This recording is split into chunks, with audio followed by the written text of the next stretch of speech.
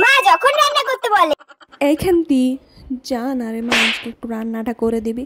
আজ আমার শরীরটা একদম ভালো লাগছে না, যা না মা একটু রান্নাটা করে দিবি। না মা, আমি এই গরমে রান্না করতে পারবো না, এই গরমে রান্না করতে আমি পাগল হয়ে যাবো তো। তুমি যাও, তুমি রান্না করো মা। তোরা বাপ মায়ের কষ্ট কোনোদিন বুঝলি না, একটু রান্না করতে বললাম তাও করলি না। বল, একটু তো কষ্টটা বোঝ বাপ মায়ের। বয়ফ্রেন্ড যখন রান্না করতে বলে।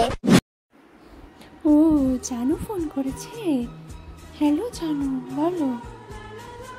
বিরিয়ানি খাবে?